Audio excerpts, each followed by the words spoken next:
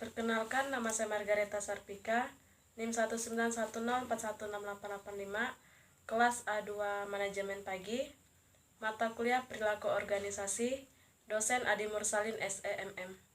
Baiklah, di sini saya akan menjawab pertanyaan-pertanyaan UTS yang telah diberikan oleh dosen saya. Pertanyaan yang pertama, jelaskan apa yang dimaksud dengan perilaku organisasi. Perilaku organisasi adalah suatu disiplin ilmu yang mempelajari tentang perilaku tingkat individu dan tingkat kelompok dalam suatu organisasi, serta dampaknya terhadap kinerja, baik itu kinerja individual, kelompok, maupun organisasi. Pertanyaan nomor 2, jelaskan pengertian perilaku organisasi menurut para ahli. Pengertian perilaku organisasi menurut para ahli, Robin menjelaskan bahwa perilaku organisasi merupakan suatu bidang studi yang meneliti dampak kelompok, perorangan, dan struktur pada perilaku dalam organisasi dengan tujuan menerapkan pengetahuan dalam rangka mencapai tujuan organisasi yang efektif. Pertanyaan nomor 3, sebutkan dan jelaskan tujuan mempelajari perilaku organisasi. Yang pertama, tujuan menjelaskan dilakukan jika kita ingin mencari jawaban tentang mengapa seorang individu melakukan suatu tindakan tertentu. Kedua, tujuan memprediksikan. Fokus pada kejadian ke masa yang akan datang. 3, tujuan kontrol adalah tujuan yang paling kontroversial dalam menggunakan pengetahuan perilaku organisasi untuk mengontrol perilaku seseorang individu. Misalnya seorang manajer bertanya, apakah yang harus saya lakukan supaya saya bekerja lebih keras? Hal itu kontroversial karena mengontrol perilaku seseorang individu. Pertanyaan nomor 4, terdapat beberapa bidang ilmu yang ikut memberikan kontribusinya dalam pengembangan ilmu perilaku organisasi. Sebutkan dan jelaskan bidang-bidang ilmu yang dimaksud. Mengapa bidang ilmu tersebut berkontribusi terhadap perilaku organisasi? Yang pertama, psikologi.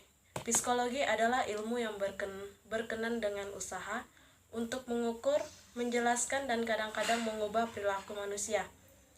Kedua, sosiologi.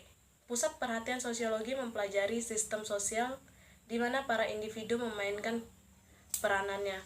Sosial tersebut mempelajari manusia dalam hubungannya dengan manusia lain.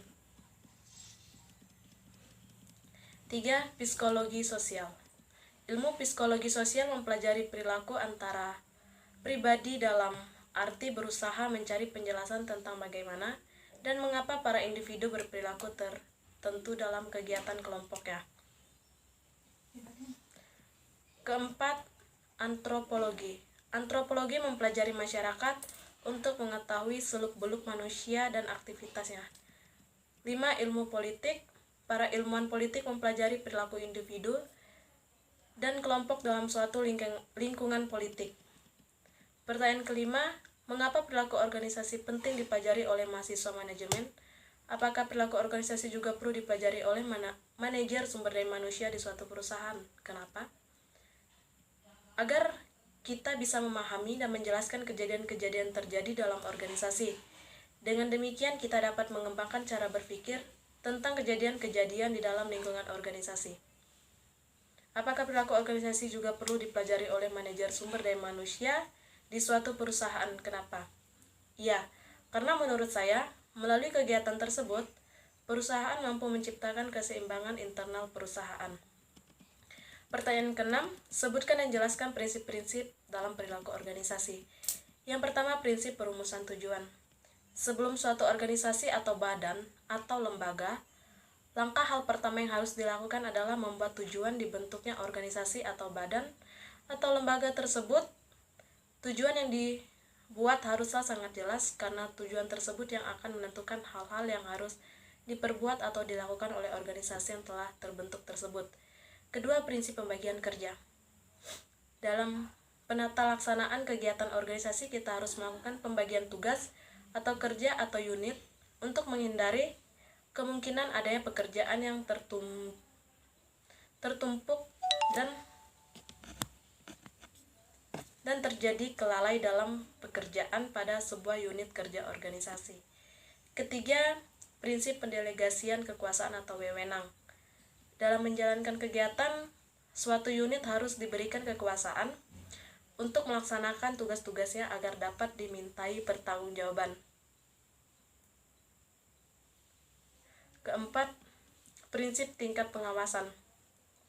Berjalannya suatu organisasi dalam mencapai tujuan yang telah ditentukan, harus kita pastikan untuk selalu menjalankan dan melaksanakan sistem pengawasan. Karena jika sistem pengawasan tidak ada, maka tidak mungkin sebuah organisasi dapat mencapai tujuannya dengan maksimal. Maka karena itu pembuatan organisasi harus memperhatikan aspek dari kemudahan sistem pengawasan. Nomor 7, jelaskan karakteristik perilaku organisasi. Yang pertama, perilaku. Fokus dari perilaku keorganisasian adalah perilaku individu dalam organisasi. Oleh karenanya harus mampu memahami perilaku berbagai individu dan organisasi. 2. Struktur. Struktur berkaitan dengan hubungan yang bersifat tetap dalam organisasi. Bagaimana pekerjaan dalam organisasi dirancang dan bagaimana pekerjaan diatur. Struktur organisasi berpengaruh besar terhadap perilaku individu atau orang dalam organisasi serta efektivitas organisasi. Ketiga, proses. Proses organisasi berkaitan dengan interaksi yang terjadi antara anggota organisasi. Proses organisasi meliputi komunikasi, kepemimpinan, proses pengambilan keputusan, dan kekuasaan.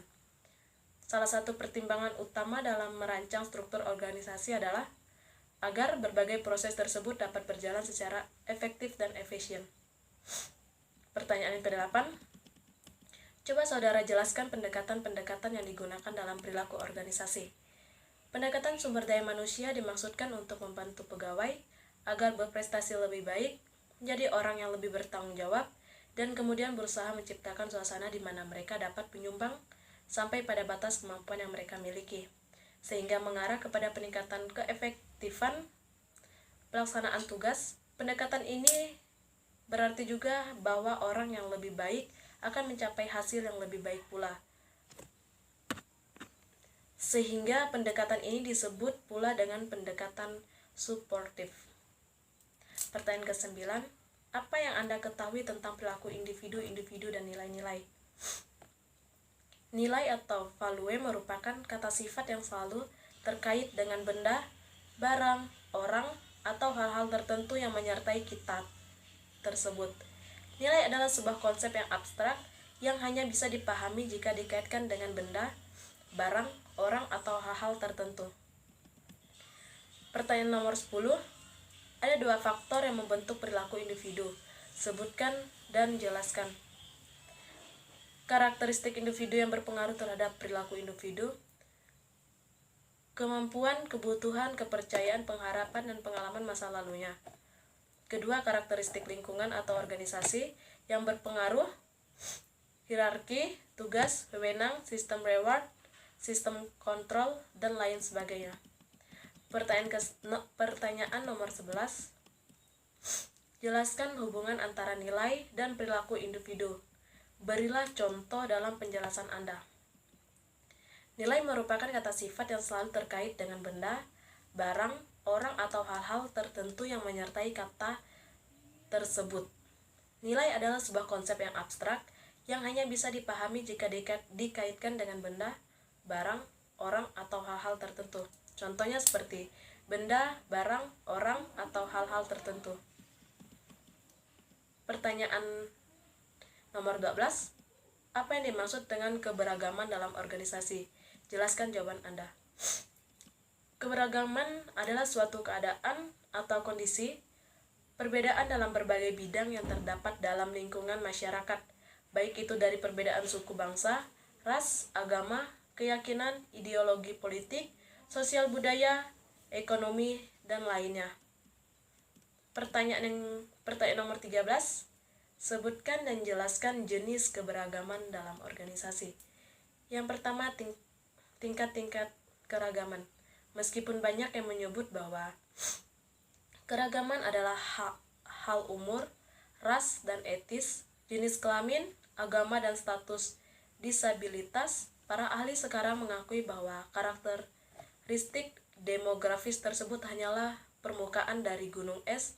Demografis umumnya merefleksikan keragaman level permukaan, bukan pemikiran atau perasaan, serta dapat mengarahkan stereotip dan asumsi pekerja dalam menilai orang lain. Kedua, diskriminasi. Meskipun keragaman memberikan banyak peluang bagi organisasi, manajemen keragaman yang efektif juga berarti berupaya mengeliminasi diskriminasi yang tidak adil. Mendiskriminasi berarti memperhatikan perbedaan antara hal satu dengan hal lainnya yang sebenarnya tidak selalu buruk. Pertanyaan nomor 14. Sebutkan tugas-tugas yang sudah Anda kerjakan sebelum UTS perilaku organisasi. Yaitu meringkas materi dari bab 1 sampai bab 4 dan membuat video record serta dikumpulkan di FB, grup info manajemen, dan grup WA. Sekian jawaban-jawaban dari pertanyaan-pertanyaan yang telah diberikan oleh dosen saya. Saya ucapkan terima kasih.